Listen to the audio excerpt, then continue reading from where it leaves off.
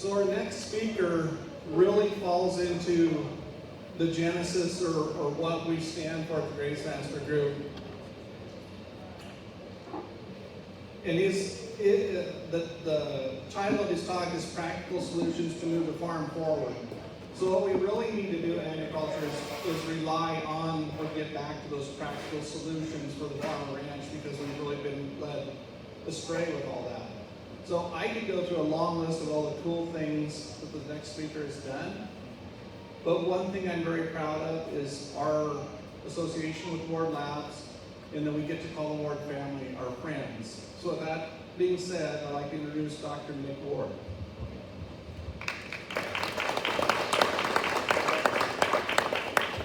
Thank you, Dale.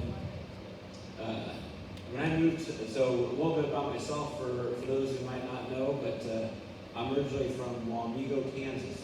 So when I moved to Nebraska in 2010, and if you had told me I would have been giving a talk on a Husker game day, I would have never believed you. So some new things every day here. So, but no, the title of the talk today is practical solutions to move the farm forward. And really what I'm going to do is kind of just set the stage a little bit about things that from my perspective that we see happening in the industry, things that practical ideas using these same principles and applying them based on the environment that we're in, and then things that a testing lab can help you discover or what have you.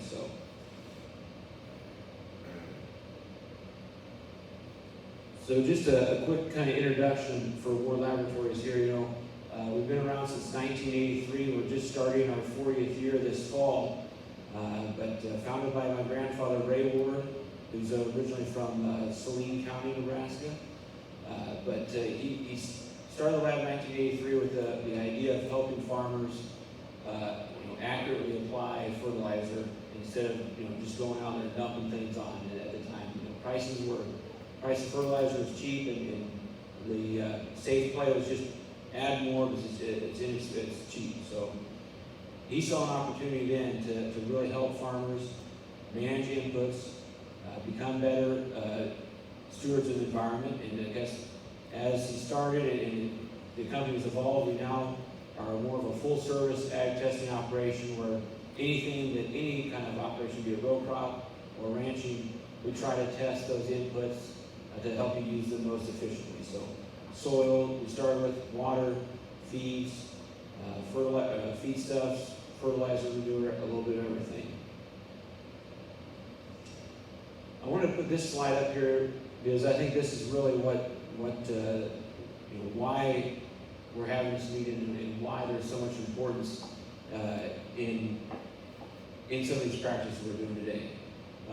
This is a drought monitor that would just come out on Thursday. And you can see that there is a large portion of both the area that we're in right here in the Panhandle and western Kansas that are experiencing some significant drought that's been going on now for about, let's say 16 to 18 months or so. So some of the things we talk about, are good practice, but nothing supersedes not getting rainfall. So even though we'll talk about some things today, there's no magic bullets here. We just need rain at times. So, but hopefully these practices will allow us to take advantage of when things are really good. So kind of the things we're going to touch on this morning here. First, we're going to kind of go over the principles of soil health, and then the practicality, and this is huge, the practicality based on environment of implementing those things. And Del hinted at that just in his introduction, that things that he does in Lancaster County, Nebraska, are not going to be the same things we're doing out here in Cheyenne County or Dual County. And then we're going to go over a little bit of some of the soil testing things that we can do and how those would help you make discoveries on your own operation, and then some concluding remarks. And then we should have plenty of time for some Q&A and discussion at the end. So first, how did we get to this soil health discussion? Well, a lot of it, we think that the soil health movement is newer. It's kind of in the last decade, but really it's been around since, even at the very early start of academic work in the United States with land-grant institutions. A publication in 1910 mentions the words soil health, and it's important, the importance of humus in maintaining that. And so those two terms together, are more than a century old. So it's not as new as we think. But of course, the government got involved and they fouled everything up. And they said soil health doesn't sound good, we're going to call it soil quality. So in the 1990s, former USDA NRCS folks would probably recognize this definition of what NRCS published as soil quality in 1994. And of course, they took something very simple and made it very complex and wordy. They kind of lost the connection really with the public. But what is soil health today? So they got wise and they went back and revised that. But what we have today is the definition of the technical definition of soil health in a NRCS standpoint is a continued capacity of the soil to function as an ecosystem that sustains plants, animals, and humans. And I think that's very critical, that we have to sustain life with our soils. We cannot, we'll never get new, so we have to take care of what we have. And really, soil health, if we think about the soil as an environment or as different pieces or parts, there's kind of three different sections. There's the chemical side of things, where we talk about the different plant elements, the physical side of things, particle size, the structure, and of course, the biology. The microorganisms that are there that help cycle nutrients, that support that food chain of life from a very small organism up to vertebrates. So there's three areas of focus, and I think really, soil health is this intersection of all three of these things. You really can't talk about soil health without making sure you've got all three aspects covered.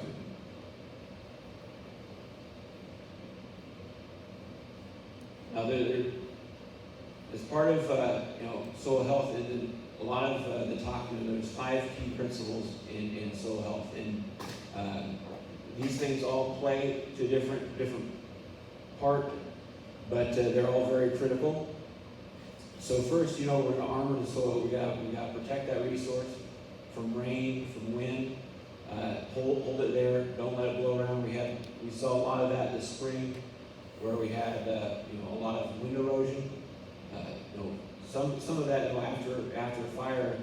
That's one thing that as we arm the soil and keep that residue there. The fire dangers that we experienced this spring, I would argue, that's something that we really have not ever had to deal with, because for the past 60, 70 years, there was always full tillage, clean tillage. So a fire can never really get going in corn ground. So the fires that we have this year are a little bit of an anomaly. I don't think that's necessarily a negative thing. It almost shows that farmers are really changing their practices, because all that soil, all that crop residue is right there on the surface. But then when it disappeared, you really saw how critical it is to have there. Minimize disturbance. So we need to make sure that we try to leave the residue. When we do any sort of planting operation, we're trying to be minimal. Fertilizer applications, minimal activity to move that residue. And I got plant diversity, continual root in the soil. Here's an image of a nice cover crop mix being rolled down, ready to plant something new now. And this is where we start to talk about applying these principles based on where we're at. A continual root in the soil may not necessarily be practical in a semi-arid environment like we're in out here. That root just being, that plant being there and being ready to go when the conditions are right is probably more critical than trying to grow something 12 months out of the year. So this is where we need to be adaptive to where we are and how we apply these things. But of course, the final one is livestock, and I think that's a critical aspect that if you really want to go on a soil health management practice or regenerative ag, you have to have some sort of a ruminant livestock animal on that ground. It's the hoof traffic, the cycling, the manure, and how that manure supports biological activity. And it's not just cattle. We have some folks that work with sheep, goats. Any kind of ruminant animal is going to be very good. In these arid environments, sometimes cattle might not be the solution, but something else. And that's the other thing, is that as the population changes in America, or we get more diverse, there is more markets for goats and sheep in the U.S. So of course, this is that slide. These just because it has four wheels doesn't mean it belongs, if you will. So we have to take these and put them in the category they need to be in, and applying these based on our rainfall situation and environment. So yeah, the figure here then is from the High Plains Climate Center at UNL, annual precipitation gradient. And so you can see this is where my mouse is. This is Dell and Ray are down here. So some of the things that we're most educated to talk on, another 10, 12 inches of rainfall compared to this environment. So things that we do or talk about don't necessarily apply, but then you just have to take that and mold it into what you can. Because I don't know if anyone's a big ag Twitter guy, but there's been some recent Twitter feuds on some guys in Kansas going back and forth on cover crops, and I think that gets people turned off when you demand that somebody in an arid environment do something that you think that's right. I know you have to look at their situation and understand what's happening and just say, it's just not possible in this situation. Because if you really want to help people with soil health or get people to adopt a new practice or change what they're doing, you have to meet them where they are. You can't demand that they must meet your criteria. So how can soil tests help in this idea of soil health? So we go back to our figure here of our three different portions of the soil, and what are we doing? Well, we're trying to direct fertilizer applications, or maybe I should say nutrient applications. We're trying to diagnose problems that we might see out in the field. To some of us here, we got a few right next door. Environmental compliance. We got to make sure that we monitor soil nutrient levels and make sure we're applying nutrients where they need to go. We've got a couple of carbon companies here, so the sustainability and benchmarking. As we talk about carbon markets, this is a huge thing where we will go in and see where we're at now, and we're going to try to change some practice and where we're going. And then there is a lot of folks that are just curious about the soil. I'm making these changes. I'm seeing some things. Is there a test that maybe I can use to prove that my management change really has changed what's going on in the field? So some things that more laboratories can do, and these are kind of broken up based on those three categories there. When we think about chemical indicators, or this is kind of our standard or traditional soil health, or soil test methods here. pH, organic matter, macro and secondary micronutrients, EC. But also, one thing to think about is some heavy metal contamination, as we have folks that might be joining us from the Front Range, or you can have a conversation about people in the Front Range. There's a history of mining in places, or a history, urban areas that are now trying to go back to other practice, some garden type things. Being able to check those is just critical to make sure that the food that's grown there is healthy.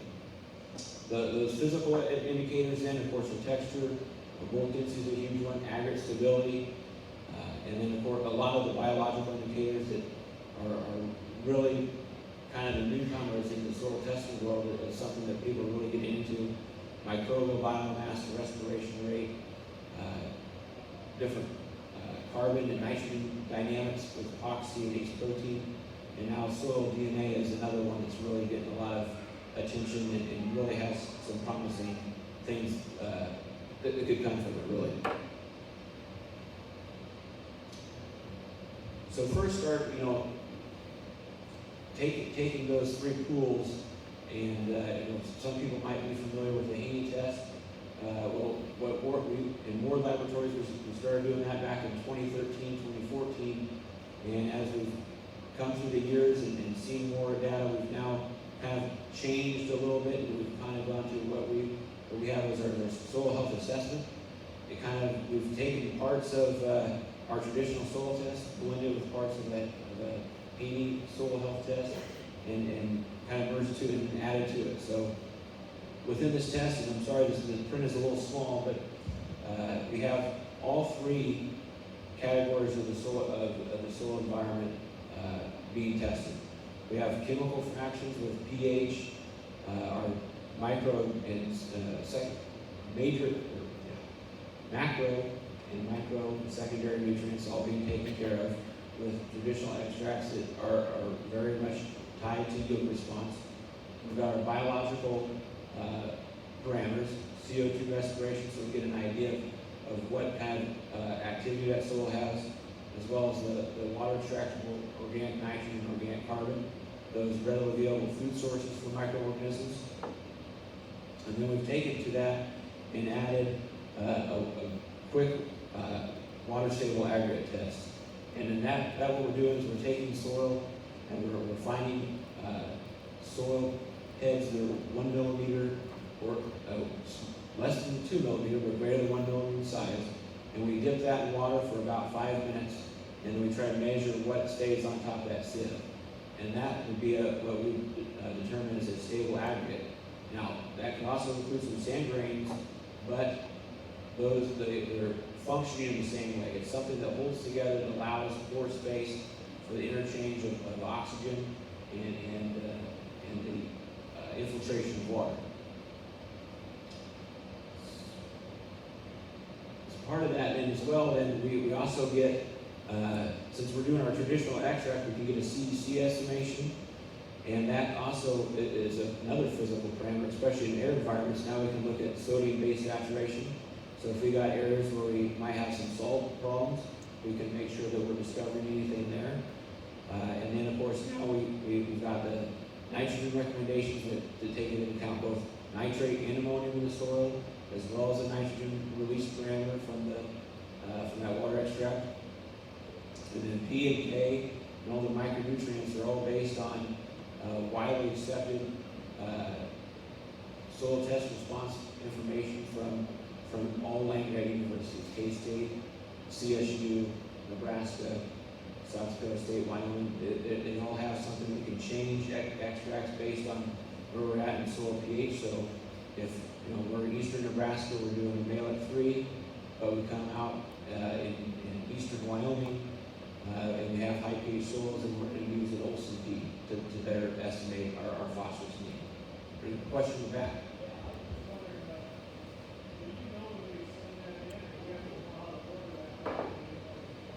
That's a great question. So when you send that in, do we know to run an Olsen P versus, we have a parameter where anything that's west of the continental divide will automatically run Olsen P.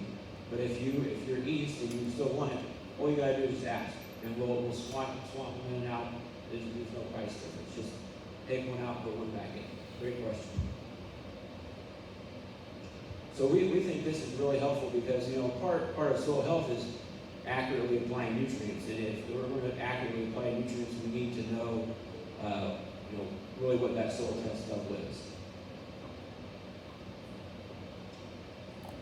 This is a slide of a phospholipid fatty acid test. So this is a very in-depth biological test where we're actually looking at trying to group some of the different microorganisms in their species and families of the soil. Bacteria, fungi. I think the big thing is looking at some of the mycorrhizal fungi and then being able to figure out, is this soil maybe going to be conducive for some good nutrient availability from a biological standpoint. So if we have very elevated levels of maybe fungi and specifically mycorrhizal fungi, maybe we can go lower on our phosphorus soil test and say, well, I got good soil biology, I should be able to reduce my soil test levels and still not lose yield because I've got a more active system.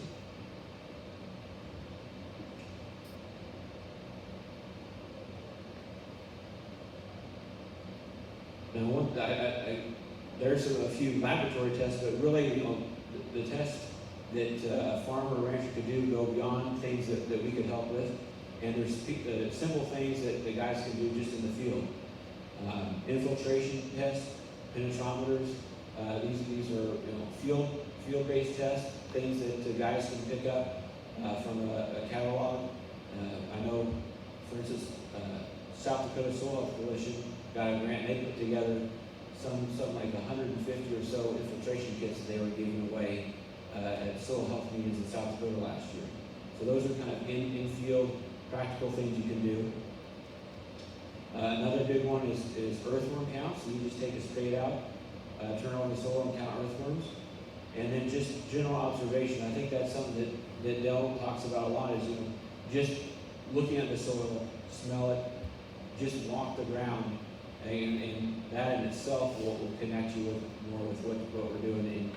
And I think that's where some of the folks that really get away from soil health, that's their disconnection from the ground and being able to just know those fields. That's a problem.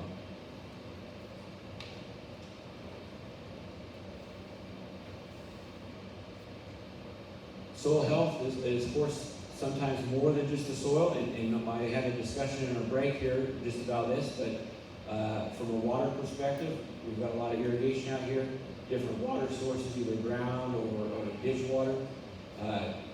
Making sure we test that water and know its irrigation water quality is going to dictate a lot about soil health. If we've got waters that have high sodium content, we need to be very diligent not to overuse those, or we will cause salinity issues, and that's going to be far worse than any tillage pass could ever do. Also, with plants, we can do a cover crop analysis, see what kind of nutrient pool we're cycling by having those crops grown.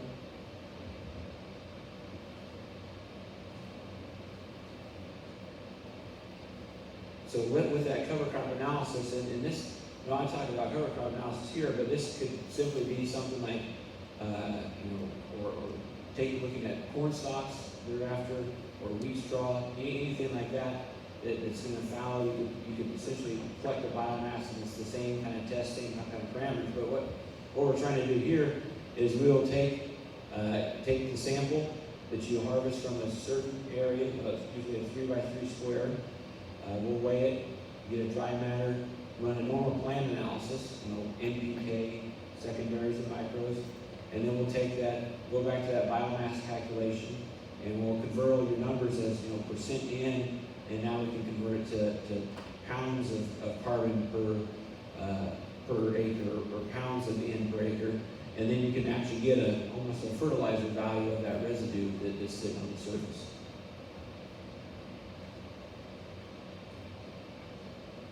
Now, one of the more interesting things that the test that we do that's really coming on, and if you've ever heard Willie Pretorius from the lab talk about, give a presentation, he's really keen on this test, and that's the soil nutrient digest.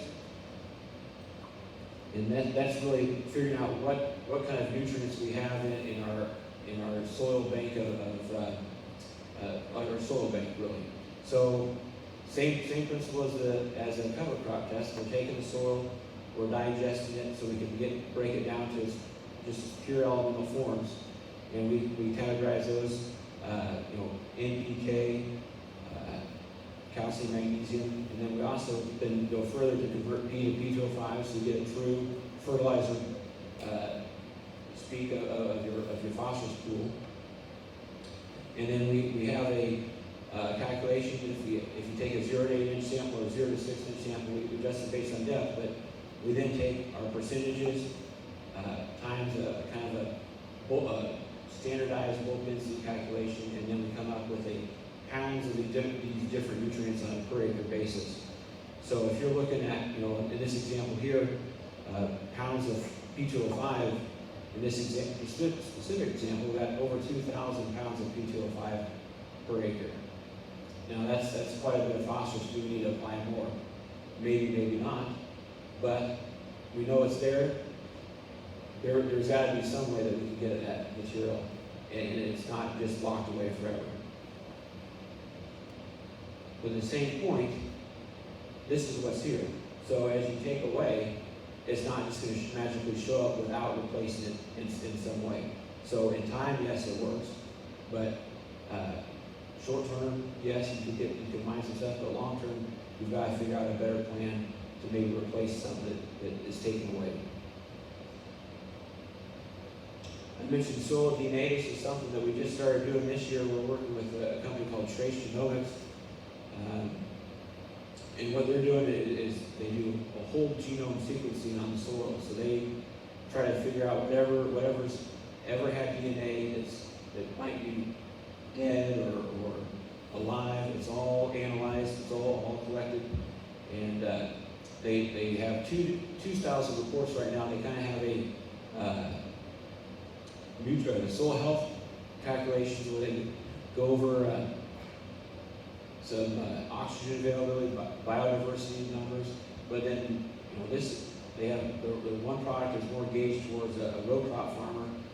Based on the crop that you're going to grow, they will specifically look for microorganisms that are going to be there that disease microorganisms that would be potential for corn, potential for soybeans, and that's available right now. Now, what they're trying to do from beyond there is then go back to our example, what we're using the PLFA test to do, but for the phosphorus side of things, look at, we know these microorganisms are specifically tied to phosphorus solubilization, phosphorus availability, so then they can say, well, your phosphorus biology is high, so now you can go with a lower phosphorus soil test and get by without losing yield. So something that they're working on to commercialize. It's by far the most expensive option out there, but it's something that definitely provides value. So I think this is also key, is that it's really interpreting the values on the report is really where the value is. Just getting the numbers doesn't help you, but really it begins with the interpretation. So these two examples right here are from our soil health assessment. So the water extract from organic carbon and the organic nitrogen, that ratio is going to kind of tell us a story about, are we going to be net mineralizing nitrogen in our system? Are we going to be trying to tie up nitrogen as it goes on, depending on where we are? The CO2 respiration score, or test value, it could be kind of considered a score of, do I have a lot of soil biology that's ready to go out there, or am I a little limited?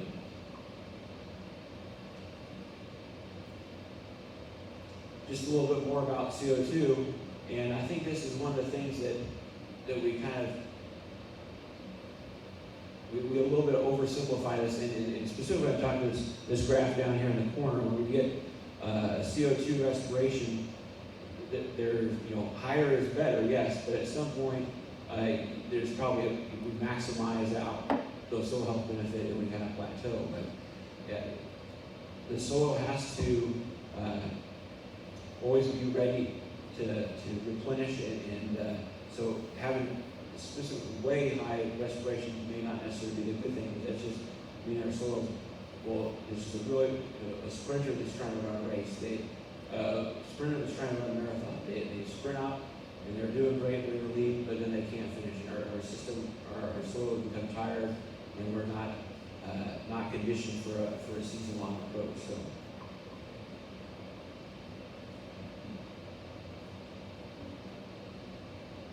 Going back to that example of the cover crop test here, and this is specifically, we worked with a grower kind of in the central Nebraska here.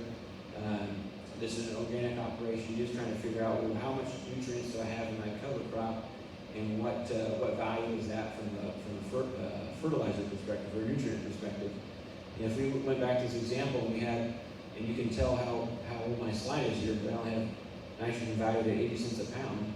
You know, we're at some maybe over $1 a pound of N right now, but at 120 pounds of or 150 pounds of N out there, that was a $120 value at the time. But as nitrogen only becomes more expensive, it's going to be key to show and monitor where these nutrients are and the value really is in that biomass above ground. And this kind of information did come in handy too with a lot of, we worked with some different folks that were in that fire zone in southwest Nebraska on what the value was of that material as it got burned. How much money did they lose when that stuff burned up? You know, there's some minerals like potassium. It's going to be mineral. It's going to just be there in the ash. But certainly some of that nitrogen value is going to be lost to the atmosphere.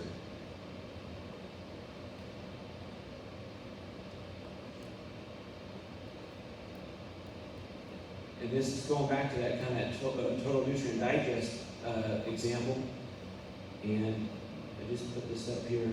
You know, one of the things we want to talk about in soil health is we always talk about building organic matter. Well, for each % of organic matter, we have 1,000 pounds of N, 220 pounds of P2O5, 140 pounds of sulfur, and all the other different micronutrients. So if we want to build soil health, we need to be very cognizant of we can't necessarily mine nutrients, we got to continue to maintain.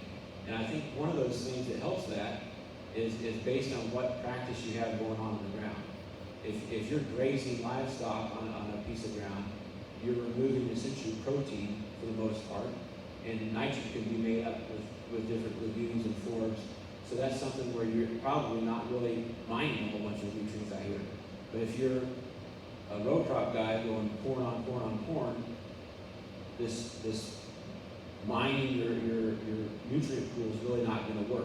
You're going to have to put something back. Or, and Del talked about the example of bale grazing. Well, maybe we have a field where we are harvesting, we take for grain, and then we bale graze back on that area, and that's a way to replenish those nutrients without going and buying fertilizer. But we've brought nutrients back to the field, and we've used the livestock to help cycle that and bring it back. Because the animals are only taking a small portion of every, I don't know, of every pound they ingest, they're probably returning 95% plus of it. So that's one of those things to help that cycle and continue to maintain that nutrient source.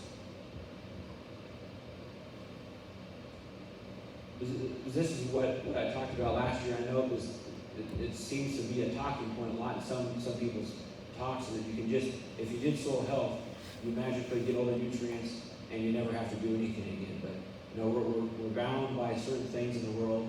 So, you know, the conservation of matter is either created or destroyed. So if we're taking grain off, we got to put it back, you know, at some point in some fashion.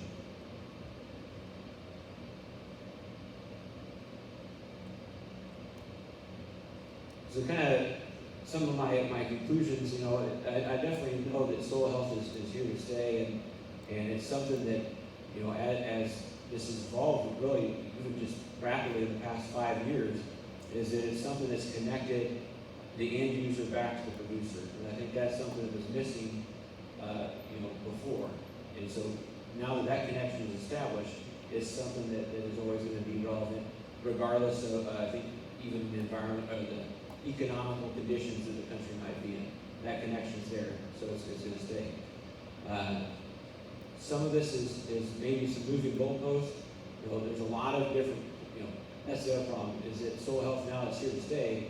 Now there's a flood of people wanting to get involved. And sometimes those people want to set up their goals based on what they see necessary, not what society should see. And I think it's got to be flexible. It's not just a one-size-fits-all approach that demands you do all 5 of these things and now you're soil health. No, you got to apply what you can, and if you can't, you can't sacrifice your operating. Someone in an arid environment like this can't sacrifice a year of production by going and planting cover crop after wheat harvest. You can't use up that moisture in hopes to get more for the fall. You just can't do that. It's not practical. So this is a final thought. This is a Soil Health Institute number, but it's pretty widely accepted. But by 2050, there should be about 9.8 billion people in the world, and that's 2 billion more people than are here today. So as we move forward in our journeys, and we talk about food production, we really need to make sure that we're maintaining food production or increasing. And we can increase that based on quality. Quality can make up for some of that, but we really can't sacrifice yield and overall production by trying to change different methodologies. So I think that's key, is that there's always going to be more mouths to feed, and really I think the world looks to producers in the United States to figure out how to feed those mouths, because there's not a lot of arable land out there, and we're very much blessed in Nebraska, Colorado, Kansas, being able to produce food for everyone in the world to eat. So that, I guess I got some time for some different questions, discussion.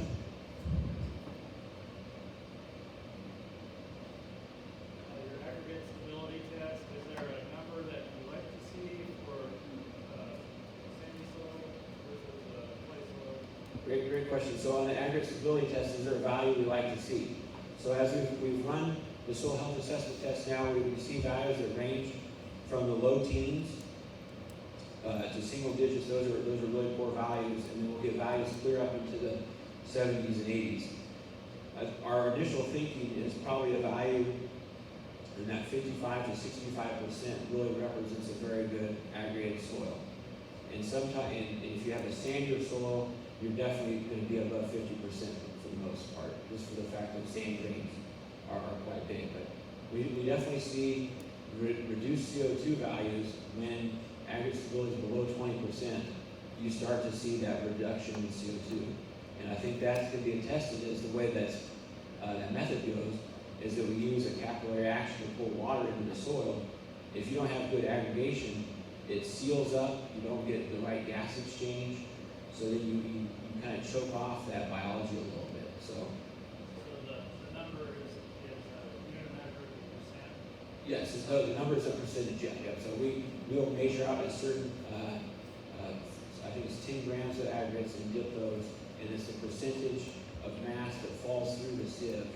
It is deducted from the overall score. Correct.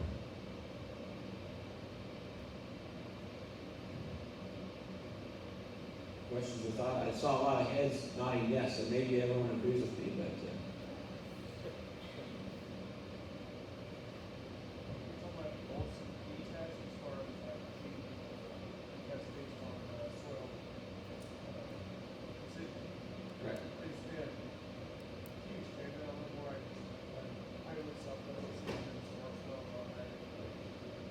great question.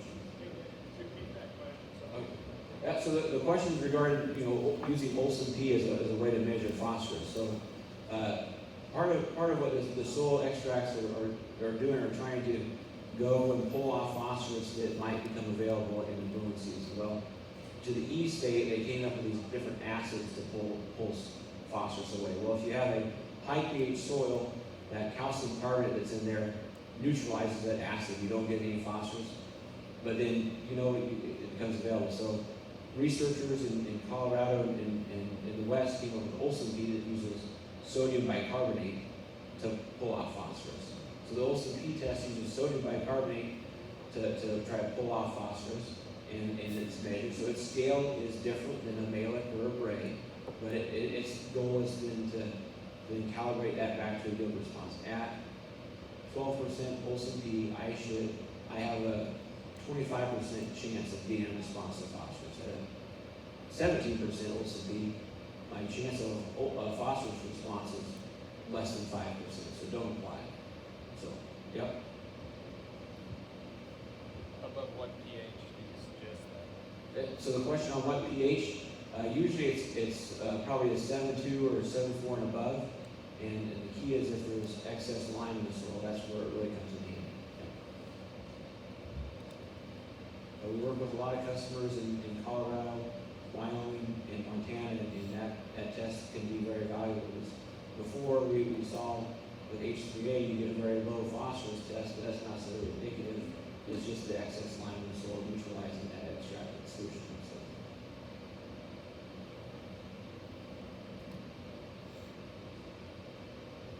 You guys are doing total extraction, I guess, the whole analysis of what's in the soil. How do you do it? Yeah, great question. So the question is about the total nutrient digest and how we're doing that. So it is like a true digestion, like you do like any sort of feed ration or plant sample. We use concentrated hydrogen peroxide and nitric acid to break the soil down and separate it into its mineral fractions, and then measure those minerals as totals, and then run the calculations back. So it's a true mineral form of potassium, and yeah, we got to use heat and acids to break it down. So.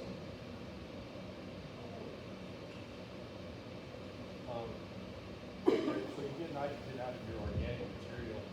When you make a recommendation, do you take that into account, or like do you get like 60% out of that? That's a great question. So, the question is, do we use the organic matter fraction to reduce your nitrogen application calculation on a recommendation standpoint? So, one thing that Ray Ward will preach and that what we'll kind of carry forward as an organization is that we want to preserve our organic matter. We don't want to count on breaking it down to supply in. So we don't use any nitrogen credit from the organic matter. But we're very diligent on trying to tell people to take a subsoils nitrate sample. So one thing we do is, if you don't turn in a subsoil sample, we will assume that there's 5 part per million nitrate in an 8 to 24 inch soil sample, which equates to about 35 pounds of N. So we're always taking that away from the nitrogen recommendation, regardless if you send in a deep sample. So, is that always there? Maybe, maybe not, but that's something that we're trying to do. That's a great question, though. Your soil health assessment test, not only you have a quarter of ground, you suggest a particular number of acres, like 10 tests per quarter, or like 1 test per quarter, or what do you suggest? Great question. So, on the soil health assessment test, if I've got a quarter ground, how many samples should I be taking?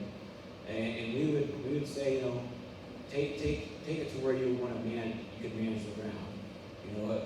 Hopefully a sample of about 40 acres would be good. Much larger than that, are we being representative? Much smaller than that becomes a little bit costly. But also, are you be able to manage down to that spatial scale as well? And I know a lot of the farms out here are pretty. Some can be uniform, but a lot of wide path equipment. So I'm going to be managing more on a field scale. So maybe 1 or 2 samples for the field would be appropriate. Yeah.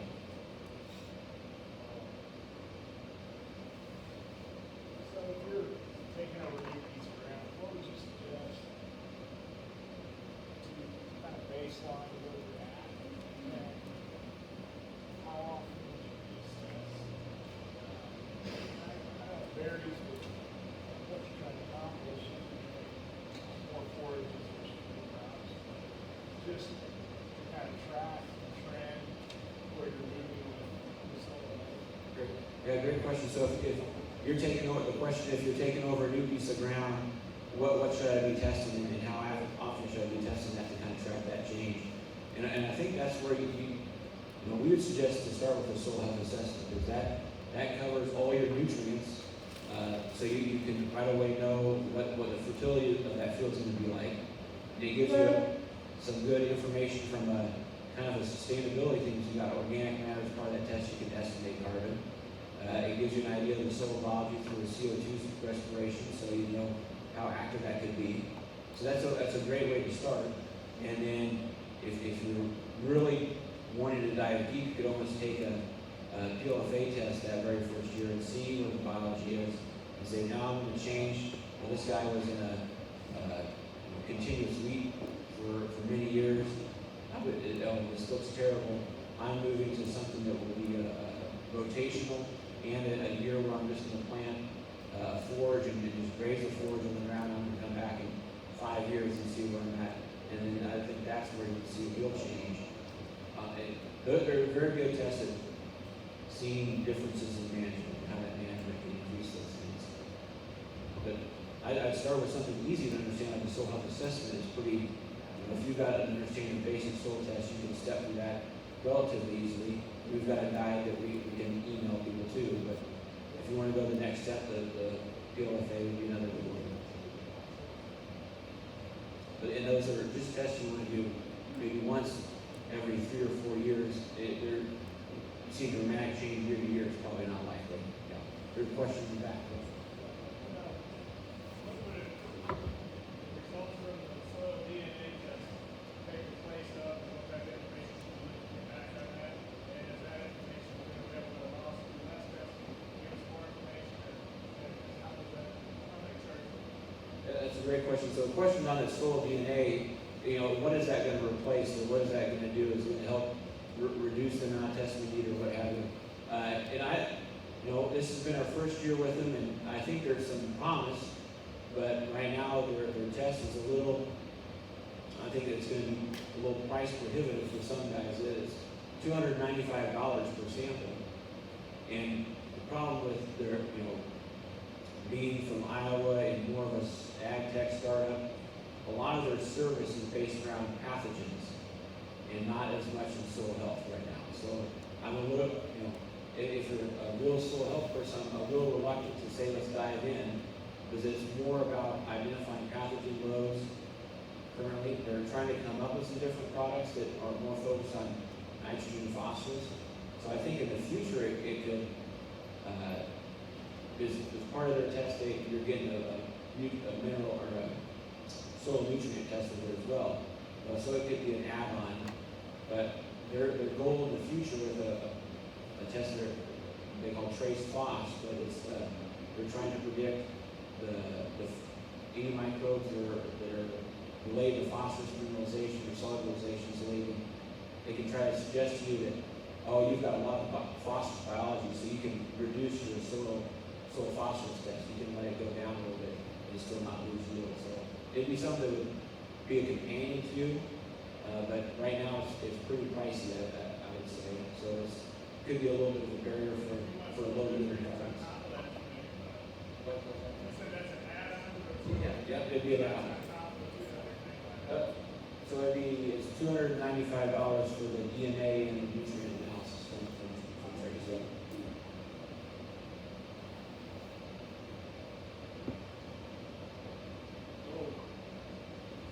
We've done some stuff, tissue sampling, like sap testing. I want to hear your opinion on that. I've guys tell me that by doing like sap testing, what can the future as well as plants. Soil test versus sap technology, what's your opinion on that? Yeah, great question. So, plant sap analysis is definitely a hot phrase in some circles. And I guess our viewpoint on it is that we do traditional plant testing where we just look at total mineral concentration. Our skepticism of plant sap analysis is that there's no university guidelines or there's no non-biased source of information for plant sap. It's all the laboratories that run it. They give you a value and where it's supposed to fall, and those companies somehow have an association with a place that will sell you a product that can increase your sap concentration, sap minerals. So we're very skeptical from our own standpoint. Now, we don't do sap testing, so someone could say that's a negative on us for saying that, but I think as much as we like to complain about academia at times, they still have a relevance in saying, this is an unbiased information, and I have a hard time getting behind sap analysis when there's that unbiased information is not really out there as much. So, but it probably has value. Just like everything, it's just interpreting the values and more what you're looking at. Yeah. Don't worry, I still send money to Oh.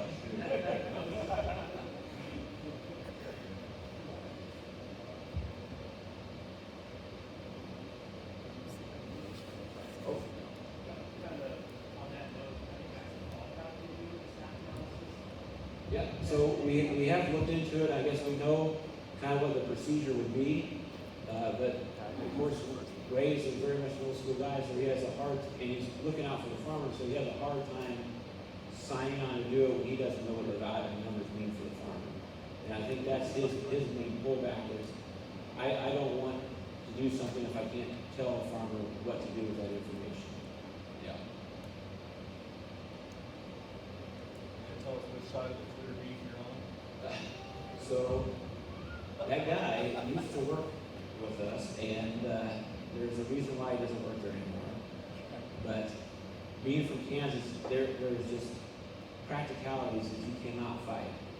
So, I do not think anyone in this area, or even, around, I think that guy's being from Scott City, Kansas, you're not gonna go plant cover crops after wheat harvest and get anything to grow in the Greenfield environment. It's not practical, but when you're from Indiana, you don't know that. So that's off the record. We can delete that, yeah. Okay. But I very much appreciate the opportunity that Bill and Carrie provided for me this morning. I appreciate you guys listening to the discussion we've had. I think it's productive and hopefully educational for you guys. And I just, back to that Twitter thing, I think it's just, that's the problem. We've got to have people that are going to help and not, you can't just go, I guarantee you, that group of farmers on Twitter, anytime they see anything about soil health, they're going to say, this is below me, I'm not dealing with it. Whereas if someone had not had that approach with them, they might not do it, but at least they're going to have an open mindset when they hear about it. So it's people like that actually take the stuff backwards. So it really was pretty disappointing in my opinion. But well, thank you guys very much, and I'll be here the rest of the day. If you got any questions, don't hesitate to stop by and ask.